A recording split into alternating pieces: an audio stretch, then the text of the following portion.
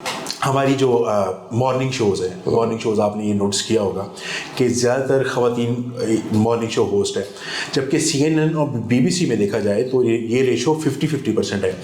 तो हमारी ऑडियंस में सिर्फ औरतें ही हैं, मर्द नहीं है एंटरटेनमेंट, उनको नहीं चाहिए? देखिए, आपकी बात बहुत दुरुस्त है।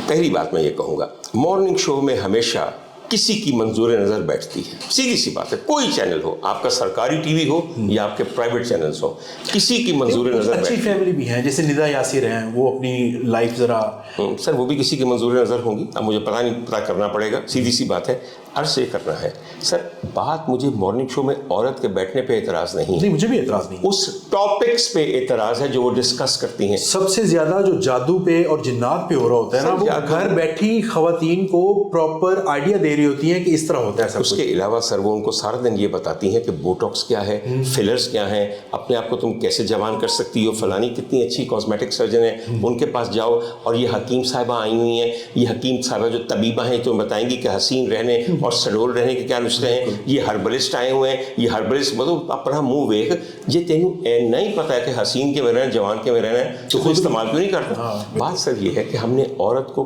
किन चीज़ों में घुमा दिया हुआ है। सिंपल ब्यूटी है सर, ब्यूटी नहीं सर, सिर्फ सुपरफिशियल कॉस्मेटिक्स। ब्यूटी एक अलग चीज़ का नाम है सर। हुस्न तो ऐसी चीज़ है कि मेरे परवरदिगार को पसंद है।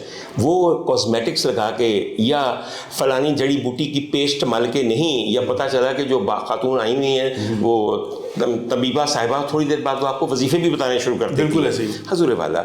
बात यह है कि औरत तब तक इस मुल्क की तरक्की नहीं करेगी ता वक्त है कि ये मॉर्निंग शोज़ और इनके टॉपिक्स चेंज नहीं होते।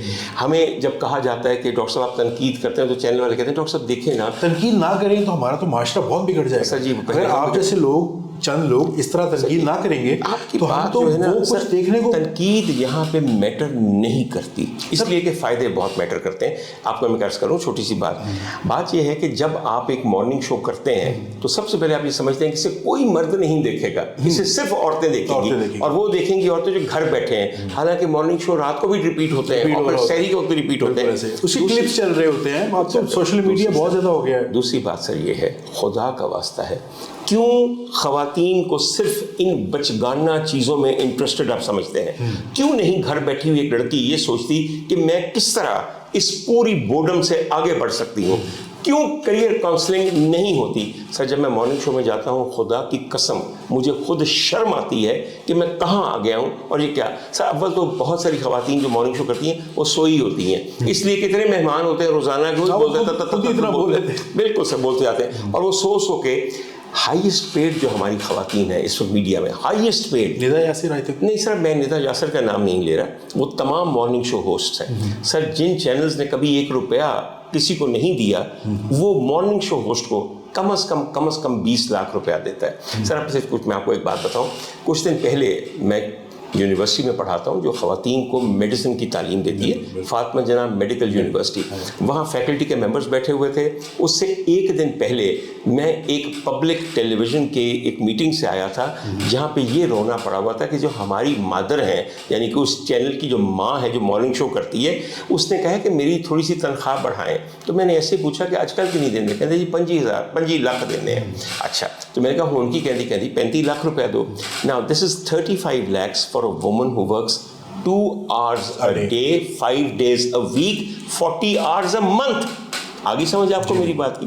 तो सर मैं ये बात पूरी के साथ सुन के आ रहा था, और हमारे यहाँ जो फैकल्टी थी जहाँ पे सब ग्रेड 20 के लोग बैठे हुए थे, वो ये कह रहे थे कि वीसी को कितना मिलता है? तो 5 लाख रुपया मिलता है। हाय वीसी साहब को 5 लाख रुपया मिलता है, हाय वीसी साहब को 5 लाख मिलता है। मैं लानत ਤੁਹਾਡੀ सोच डिफरेंट है ना। प्रायोरिटीज डिफरेंट की बात नहीं है सर। ये वीसी वो होता है बेचारा जो सारी जिंदगी रगड़ के अपने आप को और लोगों को खुश कर करके और पता नहीं कौन सी कोशिशें करके वहां तक पहुंचता है। 30 साल लगते हैं सर जी। ਜਦੋਂ ਮੈਨੂੰ ਕਹਿੰਦੇ ਨੇ ਡਾਕਟਰ ਸਾਹਿਬ ਤੁਸੀਂ ਤੇ ਕੰਜਰਾਂ ਦੇ ਨਾਲ ਬਹਿੰਦੇ ਹੋ, ਤੇ ਮੈਂ ਕਿਹਾ ਯਾਰ ਕੰਜਰ ਤੁਹਾਡੇ ਤੋਂ ਕਿਤੇ ਉੱਤੇ, ਜਿਵੇਂ ਬੁੱਲੇ ਸ਼ਾਹ ਨੇ ਕਿਹਾ ਸੀ ਨਾ, ਕੁੱਤੇ ਤੇ ਇੱਥੋਂ ਉੱਤੇ।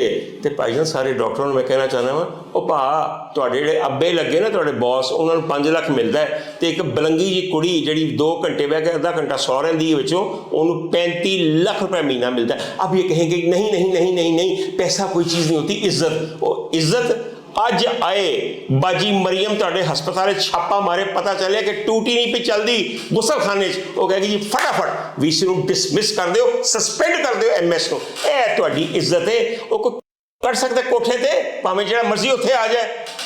कहने का मकसद ये है, खुदा के लिए इस मुल्क के लोगों को अपना कॉन्सेप्ट ठीक करना है। बिल्कुल वही बात है, उसकी आड़ में डॉक्टर साहब पैसे तो तवाइफ भी बहुत कमा लेती है, तो तुसी की हो, तुसी भी तवाइफा तो घट नहीं हो।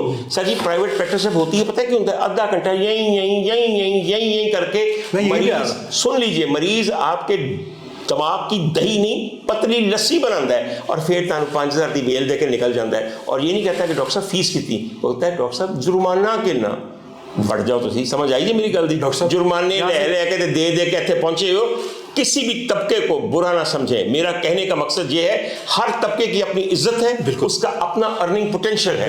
When you look down upon something, फिर वो आपको पलट के बताएगा कि हम आपको क्या समझते हैं। आई समझ आपको मेरी बात की? डॉक्टर साहब अगर देखा जाए तो डॉक्टर एक ऐसा शुबा है जो हमारे पाकिस्तान में खुसूसन बहुत इज्जत दी जाती है इसको। कहाँ पे दी जाती है? डॉक्टर बनना कहाँ पे माशरे में लोग बहुत ज्यादा इज्जत देते हैं। कहाँ देते हैं सर? कहाँ देते हैं? मैं आपको डॉक्टर को दिखा के आधा 90% डॉक्टर सर कुछ अच्छे डॉक्टर्स आप जैसे लोगों को निकाल के, मेरी फैमिली में बहुत सारे डॉक्टर्स हैं, उनको निकाल के सर वो माफिया बन चुके हैं।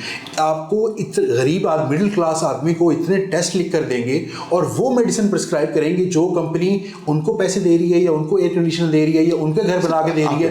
हालांकि उस बड़ी आसानी की बात मैं आपको बताऊं सर, इस पूरे शहर, इस पूरे मुल्क में, इस पूरे सूबे में कितने ही प्राइवेट के अलावा पब्लिक हॉस्पिटल्स हैं। वहां पे जाइए, 1 रुपए की पर्ची है, 1 रुपए की पर्ची के ऊपर कई जगह दवाई भी मिलती है, या कम से कम दवाई वो लिखी हुई मिलती है जो कि उस हॉस्पिटल में मौजूद होती है। आपको अगर पता है कि डॉक्टर्स एक माफिया की तरह, एक रैकेट की तरह अपनी कमीशन के लिए दवाइयां और टेस्ट लिखते हैं, उनके पास ना जाइए। मेरे अपने साथ डॉक्टर हॉस्पिटल डॉक्टर हैं, उन्होंने मेरे वालिद को ट्रीट किया और एक वॉइल्स थी बहुत कॉस्टली थी, तो उन्होंने कहा बस ये आप लगवा लें, उसके बाद देखिए क्या बिल्कुल ठीक हुए थे। तो इन शॉर्ट बाद में उनकी डेथ हो गई।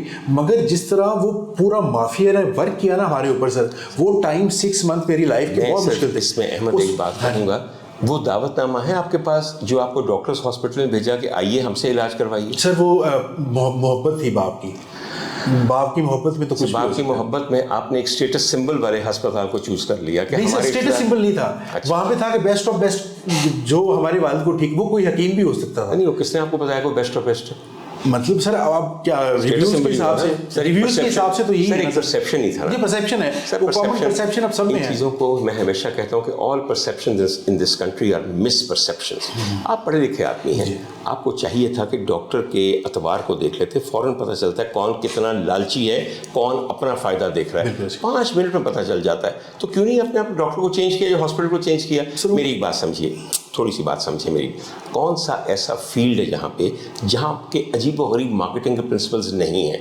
सर मैं एक कपड़ा लेने जाता हूँ ना शलवार कमीज़ का, तो मैं ये देखता हूँ कि भाई अच्छा कपड़ा कहाँ मिल जाएगा और ये बंदा जो मुझे बेच रहा है ये ओवर प्राइस कर रहा है कि नहीं कर रहा है। तो सर जहाँ पे अपने बाप की ज़िंदगी या अपनी ज़िंदगी का सवाल हो, you can always go to 2-3 different doctors जिस पे दिल आए। सर दिल हमेशा गवाही देता है कि हाँ ये मसीहा है, ये मर्चेंट नहीं है।